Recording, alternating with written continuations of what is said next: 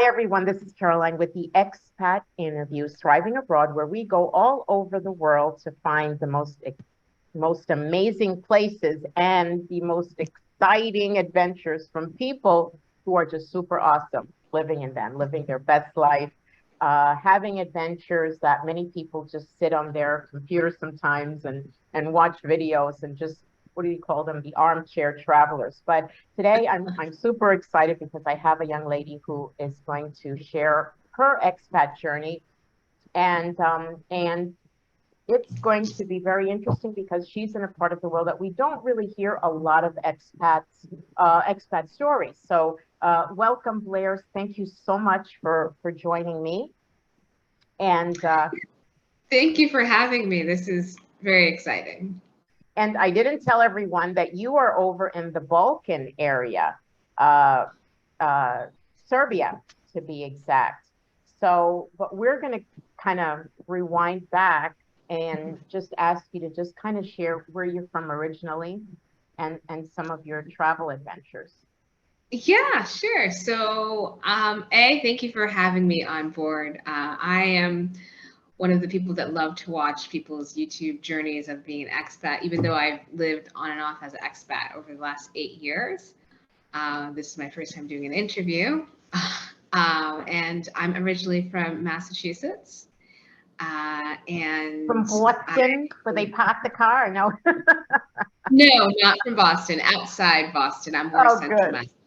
So I'm a girl from a small town or a small city, I would have to say. Not much action growing up, but I always loved the cities. And honestly, many city to move to a city in the US with dreams is just not possible if you don't have the financial security or the right connections to go there. But I always thought bigger, and I left the country when I graduated in 2014 and said, okay, I'm going to go study. And from there, it just took me into this whole entire adventure to many places that I would never imagine myself in, but I'm glad I made that leap. Yeah, isn't that exciting? I think about that myself. I'm living in Mexico now, and I had never, if you'd have asked me years ago, would you ever live in Mexico? I'd have been like, Mexico, why Mexico? So that's interesting that you say that because we often wind up in places that we never expected in the travel. So now you're in Serbia, and how long have you been there? Well, Serbia is one place that I would never imagine myself in. Because a year ago, I was living in Istanbul for most of the pandemic, and I went back to the States to see my family and just take care of a few things. And I was thinking, okay, where I'm going to go. I made myself a list, and Serbia was not, I guess, a country that even crossed my mind. So I've been here for about 2 months, and it was not part of my plan as I was living in Paris for business. And it was just the perfect storm of events that I couldn't continue to stay there because the plan was there to be for a year, settle down, and I found myself in Serbia and absolutely love it. Yeah. So, so far, 2 months. I know it's not a long time to talk about a lot of In my life, experiences it there. is. What? I've bounced a lot. So yeah, 2 months, and I've accomplished a lot in 2 months. Uh-huh. It is a long time. So, um, you are actually setting up a business there. Yeah. Last year, or mostly during the pandemic, I met my one of my business partners at a tea party. I organize these luxury tea parties, and everything's online. It's remote, so that business brought me, or my team sent me to Paris. And we were at Station F, which has like all these incubators and accelerated programs. And through that, you would get like what they call the French tech visa, so you could operate your business. France is very bureaucratic. I didn't know. And I've been in countries where there's a lot of bureaucracy, but it was just like very difficult. So over the last 2 months I've been here, it just seems like this is really the perfect place to set up a business as a foreigner. They really welcome foreigners. That, I mean, even the smallest type of business idea, you can set up a business, get your visa, and live a very comfortable life here. So far, this is a plan now, because the business is still set up in Hong Kong. And my team decided it's actually better to have it here since I'm here and I could use the business as a way to get residency. So that's the process I am in. So that's good to know that that is a country that they're very expat friendly, foreigner friendly, And business friendly. That's and business, really right. even if you have, like, for example, like a virtual secretary business, or if you have a cleaning business, like you can set up any type of cool business here and get yourself a residency. That's very interesting. What about cost of living? Cost of living is quite low, I would have to say. If you're earning in dollars or pounds or euros, Swiss franc, Chinese RMB, or yen, Singaporean dollars, Australian dollars, you can live very comfortably here. My background is actually as an English teacher. I know most people start off that way. That's how I started. But it gave me the flexibility to start other types of businesses. So if you're bringing in $1,000 a month, I think minimum you could live okay here. No kidding. But That's good to bougie know. and I have expensive taste in certain things. So Sure, sure. yeah, I mean, the thing is, given the current events of Europe, there are a lot of people that are coming in here and driving up the prices, but still, if you want to live in the city center, you could find a good place. I'm really lucky because I got a really good place in the heart of Belgrade for a really, really low cost, but it's an exceptional case. So the cost of living for rent is low, food is local and fresh, it's quite low. They have good hospitals here. You can get your private insurance or pay out of pocket. Activities, I like to do reform Pilates, and that's expensive everywhere. But here it's like 10 euros per class. It's quite low, and it depends on what stage of life you're at. If you have children, you have a family, it's going to be more expensive, but still, compared to any like advanced economy, like this place I live in, 2 bedrooms, 1.5 bath, very spacious kitchen and living room and dining room. This would be like 10 times the price that I'm paying. So it's good. You're in Belgrade, right? Yes. Serbia. Can you name a city that we might be familiar with that you can kind of compare it to as far as just Yeah. overall? I lived in quite a few cities. So when I first came here, I was just like, this kind of reminds me of Istanbul, a lot smaller because the Ottomans actually ruled over this area for like 5 centuries. So they have a lot of Ottoman influence.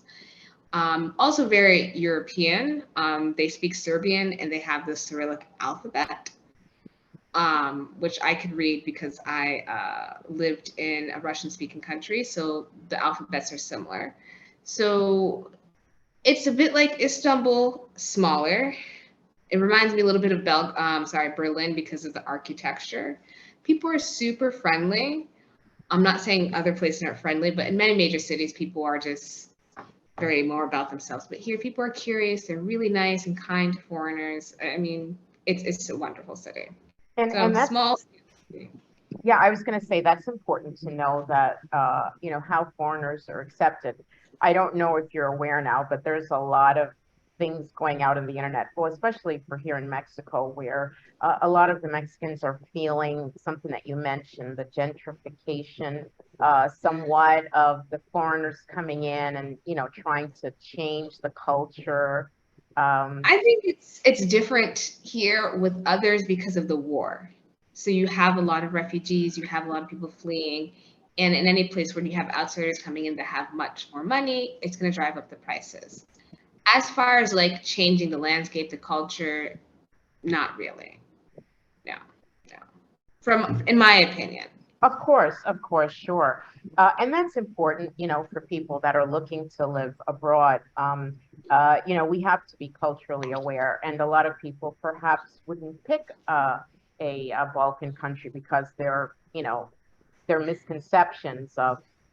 A lot of people don't know about Eastern Europe, to be honest. since I've been here and sharing online, people ask me questions, and I'm just like, yeah, I think one of my businesses is just really to help women advance their global lifestyle and find cities that, when I was in Paris, I think Paris is a bit overrated, but Eastern Europe could be a really good home for some women that maybe not have that corporate job or that doesn't have a spouse that gives that comfortable expat package. So there is a lot of opportunity here. It's just people don't know. And you don't know what you don't know. That's right. Could you tell us a little bit about your business? You're working with women, for women. Yes.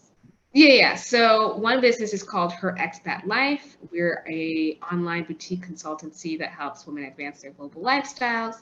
And we have a variety of services. One service focuses on helping women relocate, just like a brief experience called A Week in Her Life. So in Istanbul, Barcelona, and Belgrade now, if you're curious about moving to a place but don't want to make that long-term commitment, we have someone on the ground to show you around, just like what exactly it takes to live like a local here. The best neighborhoods, if you have kids, like schools, shopping, going to customs, going through bureaucracy, beauty, finding friends, the nightlife. So that's like one of our popular services. And it's like a kind of like a college orientation, just kind of brief you for 5 to 7 days. And we are launching a jobs board because we know that's a barrier for many people. If you're going to live abroad, It is. That's number one. Yeah. So we are creating a jobs board because we have recruiters in our network, and most jobs you find overseas is really either a company sends you abroad or people internally that knows about jobs. So that's one other crucial point for us. We're going to help clients find and land jobs. We can't promise anything, but we have people that know jobs that you would never see advertised. Sure. And that's important because I think, of all the expat groups that I'm in or admin, that's kind of like the number one question that people ask, work, because obviously if you leave your home country, you're not going to have work going to a new country right away, unless, like you said, it's a job transfer. So that's really good. So what has your response been so far? I mean, are you finding that a lot of people are now starting to open up to Eastern Europe? I mean, aside from all the things that have been going on in the Ukraine, and I mean, are people kind of looking that way, or are they kind of looking away? What would you say? I think in my expat journey, because I used to live in Southeast Asia, starting in Thailand and going to China and Korea and all these other places. It really depends on what lifestyle do you want? Because living abroad is kind of a lifestyle. If you're single and child-free, of course, you have kids, like it really depends what stage of life you're in. And do you want to be very bougie? Do you want to just be very minimalist? Do you want that diplomat type of very comfortable moving every 2 years? So I think during the pandemic, for a lot of Americans that had the privilege of working at home, because it is, people are thinking, yeah, I could remotely work and move abroad or move to a cheaper city within the US and live comfortably. And I think that people now, at least Americans, want to enjoy more of their life and not make work the center of their life. So we have gotten a lot of response of interest of moving abroad. Just people don't know how to do it, what are the steps to take, and where to go. Where would they fit?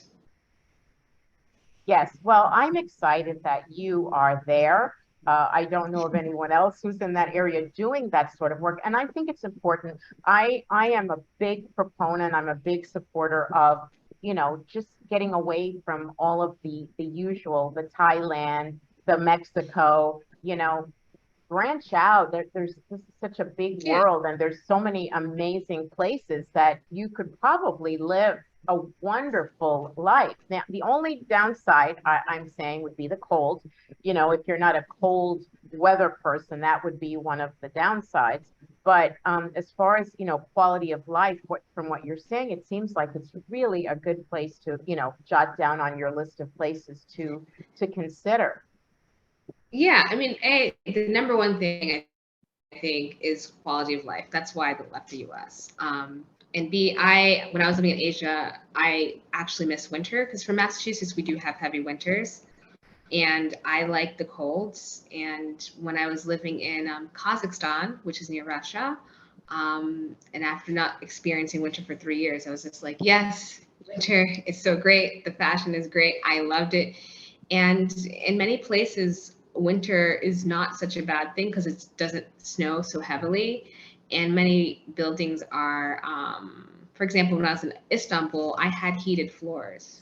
So even in the cold, like I was very spoiled because I lived in a luxury condo, but I was never cold. You just have good clothes, heated floors, because that's the thing in many places, Wow, especially I yeah, didn't know that. That's interesting.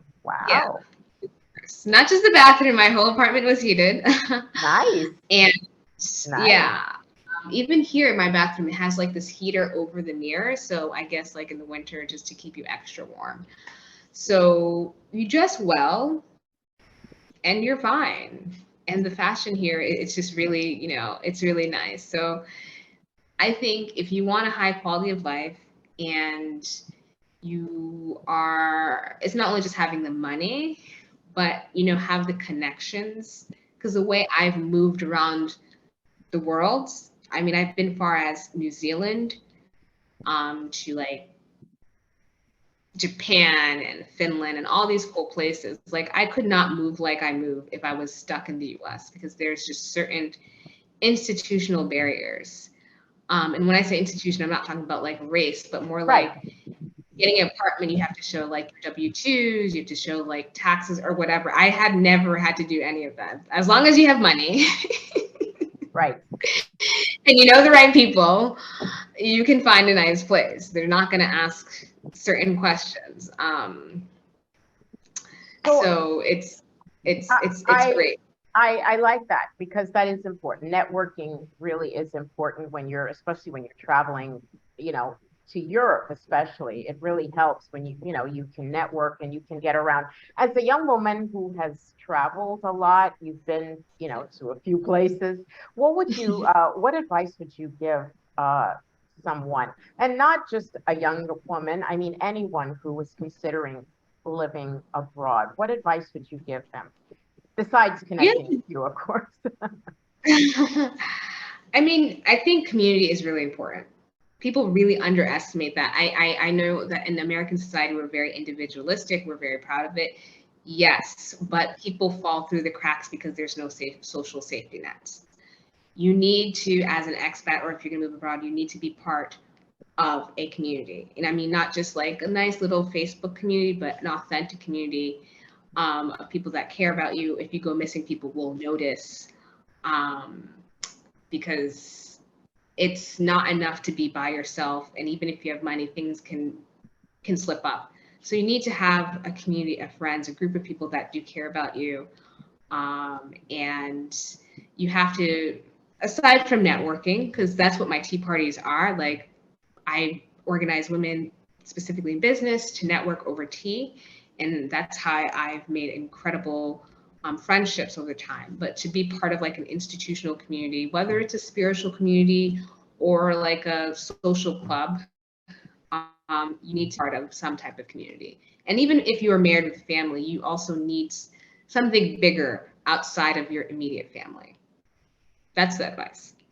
And I like that you said outside of Facebook, because a lot of people feel because we're in a Facebook community that we really are a community. But in fact, that's really not the case. Well, I am really excited that we had just a few moments to share with you. I would love very much for people to be able to reach out to you and learn a little bit more about you. There's so many questions that we would love to ask you, but time doesn't permit. But let us know how we can connect with you if someone has an interest in your business, in living abroad. How can we connect? Yeah, so her expat life, that's the business. You can connect on Instagram or on Facebook. It's called Her Expat Life. So at Instagram at Her Expat Life, or on Facebook, we have a business page and a group, Her Expat Life. And our website, www.herexpatlife.com. I like that. That's easy. For expat life. Very simple. And we'll put the links below the video so folks can connect with you. Blair, thank you so much. I am really, really glad that we had a chance to connect with you. And I'm excited that you're in that area, and I'm excited for more people to know more about it. And I'm excited to know more about your journey as you continue on in your space and the things that you're doing. You know, I give you a big thumbs up, sending you hugs, and keep up, keep up the good work. I think it's important that we have people like you that are out there helping, that are helping others to do. Yeah, no, thank you. It's a pleasure. And for those that might be curious about my tea parties, because I had a tea party, the first like real high afternoon tea party here in Belgrade 2 weeks ago. You can follow me on Instagram at Ladies High Tea Network. So it's again the network, the community. It's super important. And you say you do those virtually or in person? Oh, those are in person. Okay, okay. Not on the ground. Oh, okay, okay. Great. Well, we're going to learn more, and we can learn all about the tea parties that you set up there, right? Might be something, Yeah. maybe you're going to start a new trend all over. You might have to franchise that out or something. I am actually in the process of doing that. I've organized tea parties for the last 5 years. So I had it in Bangkok, in Kazakhstan, in Turkey, here, and I'm partnering someone so we could actually bring it to more expat hubs. So Very that's the nice. plan. Well, we're going to be following you. We're going to keeping track, and thank you again so much for your time, and You're I love what welcome. you're doing. Thank you for stopping by. Thank you. Bye. Bye bye.